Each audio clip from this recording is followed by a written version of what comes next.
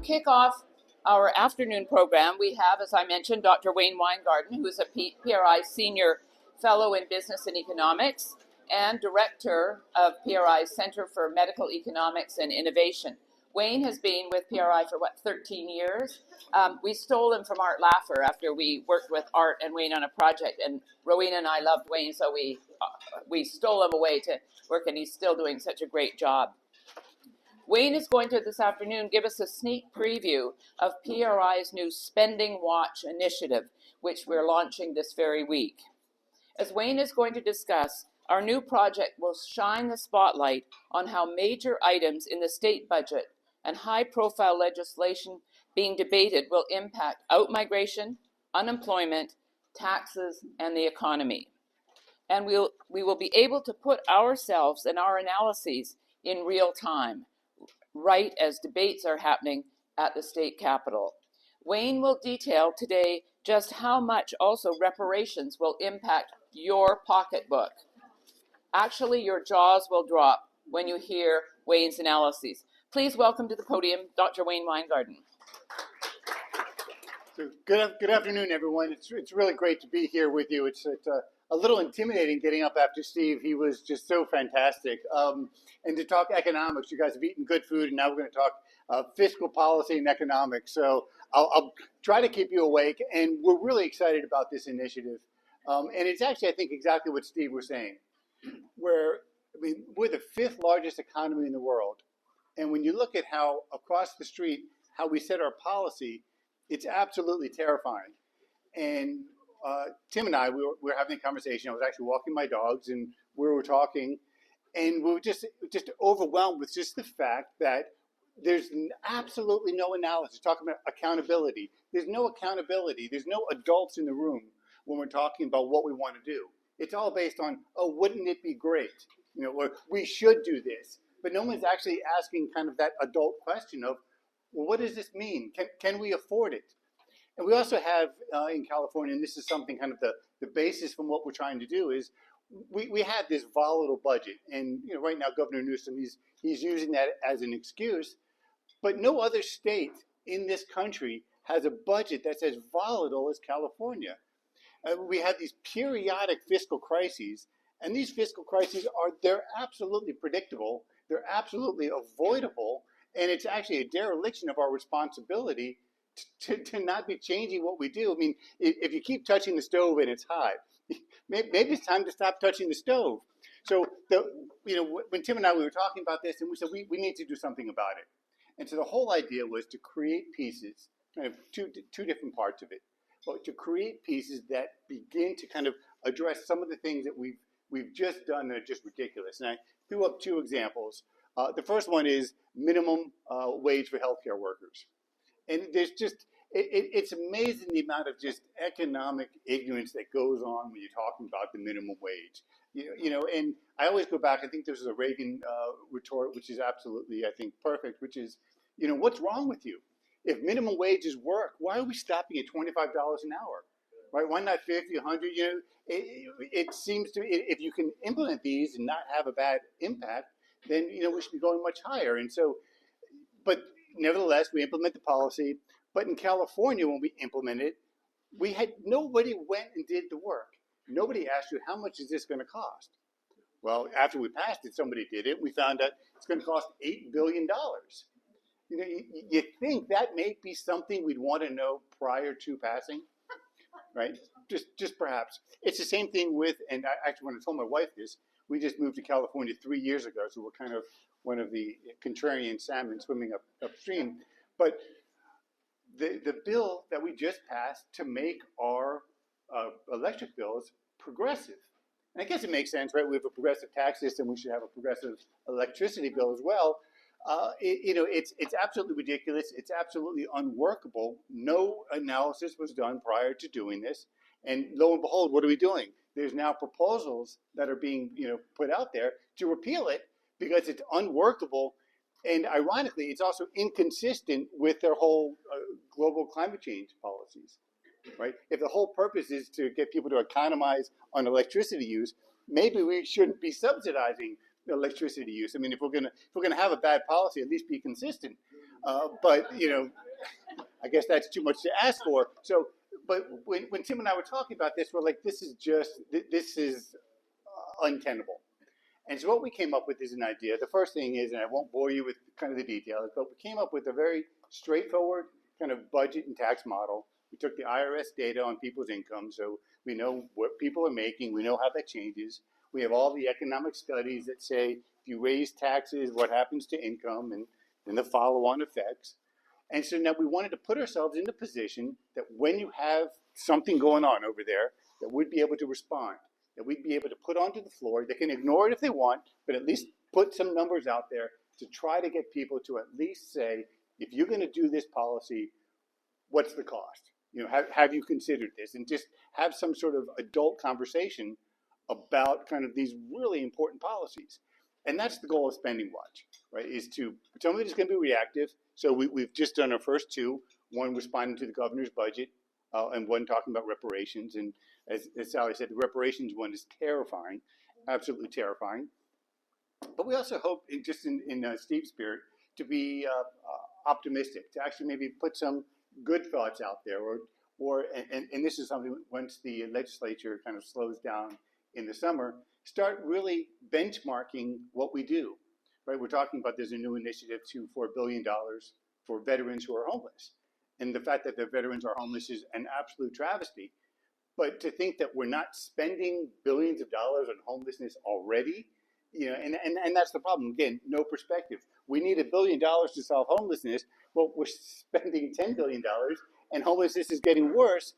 Perhaps it's a different approach that we need.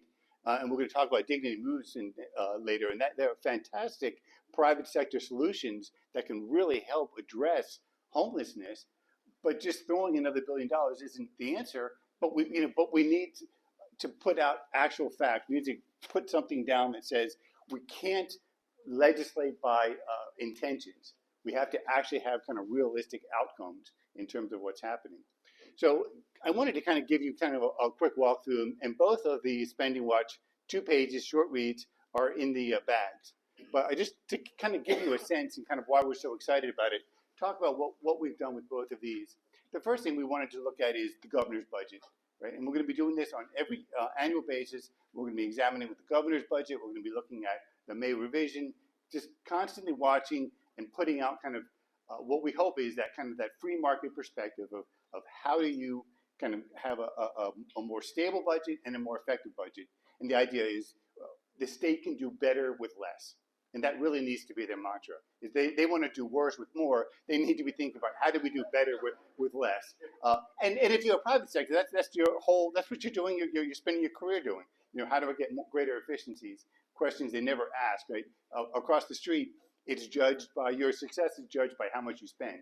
Oh, I spent $1 billion to address veterans. Well, what good did you do? And that's the real thing. What's driving, and that's what this chart is, and I'll explain that to you, because from an economist perspective, this is absolutely fascinating. I might be a little wonkish, and I apologize, but I love it. But the whole idea is we never ask a very simple question when we're budgeting, and the governor's budget falls for the exact same kind of trap. Right? We never ask what's the affordable level of government. What should we be budgeting toward?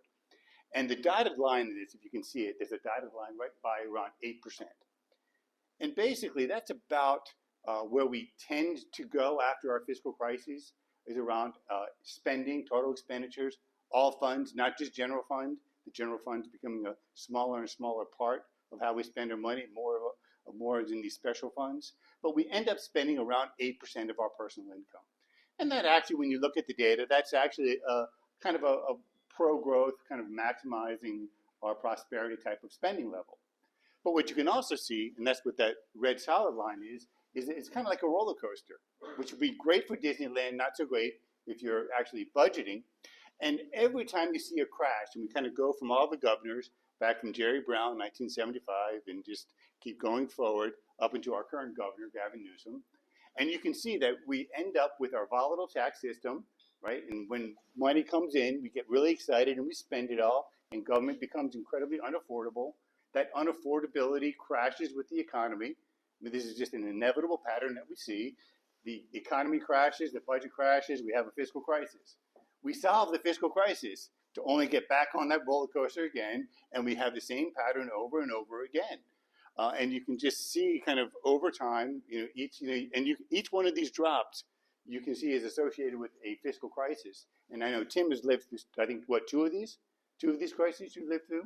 And they're solvable. That's the just terrifying thing. If we had a more effective kind of tax system and spending, they're solvable. Well, what's really interesting about this chart is the end, right? And this isn't federal funds. And I do know COVID happened and all of this, that, and the other. These are just state funds. And if you look at we're averaging 8%, and maybe in a real bad fiscal crisis, we started spending 8.5% of our income. Well, Governor Newsom was spending 10% of our income. I mean, so we are set up for a barn burner. I know Steve was being optimistic. I have really bad news, but we are set up for a barn burner of a fiscal crisis, because even with the reductions that the governor put into his budget, and give credit where credit is due, he did cut some spending, but it's not nearly enough, right? We are at just an unsustainable amount of spending. If you talk about what can we afford, and if historically we can only afford 8%, and we're up at 9%, that is a huge, huge fiscal cliff that we are right now falling over. And for the legislature, and this is part of what we put into in the first spending watch, to think this is a one-year event it's just absolutely wrong. So when we're looking at how do we work with all of our rainy day funds and what do we do, you need to take into account that this is a multi-year crisis that we're probably dealing with. But also, most importantly, because there's going to be tax increases coming, right? That's how they're going to solve it. And I think what this makes very clear is that this is not a tax problem. This is not a revenue problem. It's a spending problem. And you can see that a little simpler, less lines here, right? If you go from 2019, when the governor took office, to 2022, kind of the height of the spending, total expenditures grew 50%. Okay, they grew 50%. Our incomes only grew about 18%. So spending grew 3 times as fast. Now, since then, spending has come down. We've cut it, so now spending is only growing 40% because we've kind of reined in. But incomes have still only grown 30%. This is the budget roller coaster that we're on. We have a very progressive tax system. Progressive tax systems are more volatile, especially when you have a California economy, Silicon Valley, biotech, all of these more cyclical industries. That this is what's going to happen when you have a progressive tax system. And so that these spending booms are just as much as part of the problem as the revenue crashes. And so that is the theme from our first kind of spending watch, or second, reparations was actually first. But that we are on a budget roller coaster of our own making, that the surges are just as much of a problem as the crashes, and that what we need to do is start thinking about, how do we cut spending? How do we create a more stable system? Now, I know that this is going to fall in deaf ears, and we're not naive enough to think that it's going to be changing minds today, but we've got to start, as Steve was saying, we've got to start planting that flag. We've got to start changing the conversation from kind of how much can we spend to instead what can we afford. Reparations, I think, is an even more terrifying subject. Has anyone actually read the report? No? One person in the back read the report? I was terrified. I didn't see the report first. I saw the executive summary, which I mistook for the report. Because the executive summary is 74 pages. It's 74 pages. The actual report's 1,000 pages. And the whole idea, and I kind of put a quote, what they're trying to do. But basically, they're trying to kind of assess what losses that California is responsible for, either because we caused those losses by horrible policies, or we could have prevented. That's a really interesting turn of phrase, right? Could have prevented, but didn't. Okay, now we're not going to touch any of these kind of issues just because we're just not going to touch those issues. What we did want to do, though, is say, okay, so you have this huge reparations report, and you have this huge number this dollar value that you want to say that needs to be paid. Well, what are the implications? Let's have an adult conversation about this. What are you actually talking about? Because what we keep hearing is, let's put a down payment on the reparations. Right? And the question is a down payment towards what? You don't put a down payment on your house without knowing what the price of the house is, no matter how expensive, you know what the price is. So a down payment on what? Right? Because right now they're talking about $1 billion this year. Because we have a $68 billion deficit, so we'll only spend $1 billion this year, and then 0.5% of general fund going forward. These are some of the proposals that are being put out there. So we really wanted to know, okay, what are we putting a down payment on? And so we went to Cal Matters to get some of the summary. I will fully admit I have not read all 1,000 pages. I think I skimmed through some, but not all 1,000. But if you look at kind of Cal Matters and what they said, about 2 million people are going to qualify. They said about 80% of the black population would be eligible, and the black population, I think about 2.5, 2.6 million. 80% is about 2 million people. When you look at adding up what reparations should be, and if you go through, and there's about 8 different categories that they say that there should be values that we should have to have compensation for. It came to $1.386 million. So we're going to call it $1.4 million. And that's $1.4 million per person, which, I was like, that can't be right, because if you're a family of 4, that means you're going to be getting 5.2, if my math is right. But that is the proposal, $1.4 million. So if you just do the simple math, right, 1.4 million times 2 million, if you get your zeros right, you're talking about $2.8 trillion. So the reparations board, they got together and they basically said that California should pay 72% of its GDP in reparations. 3/4 of the state economy. Okay? So, I mean, I'm going to guess that that's not possible, right? That we can't take 3/4 of the economy and give it to others in the economy. So let's say we're going to pay it over 30 years, and I said 30 years because 30-year mortgage is the most popular mortgage. I guess you can do it over 50, 100, whatever. But let's say 30 years, and if you don't account for inflation or the time value of money, you just take 2.8 and divide it. You come up with $93 billion. Okay, that is 1/3 of Governor Newsom's 2024-2025 budget. So now, if you did that and you paid that out over 30 years, you wouldn't pay people the value of $1.4 million.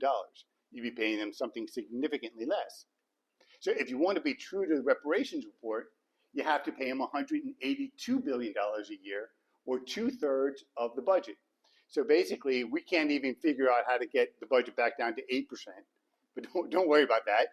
We're going to spend 2/3 of it on reparations, and so it doesn't seem possible that we're going to actually cut spending to fund this. Right? I mean, it's funny because it feels weird actually walking through this logic, because it's so illogical. It's so outside of the bounds of something that's reasonable. But let's keep going through the logic, right? So if we're going to pay for reparations, and we're going to assume they're not going to cut the budget by 2/3, and they're not going to cut it by 1/3, then that only leaves one possibility, right? We're going to have to raise taxes. But we're raising taxes to fund, and let's just kind of let's be reasonable, and let's just do the lower end estimate. So we're just going to add up to 1.4 billion over 30 years. We're not going to really give people 1.4 billion, 1.4 million spending power. The numbers are so big, I'm getting my B's and M's mixed up. You would still need, just to get that lower number, the most extreme tax increase in history. Now, how would they do it? They're going to say tax the rich. But the bottom line is, and I actually ran the numbers, and you can't get $94 billion by taxing the rich. It's just, and I should preface all of this.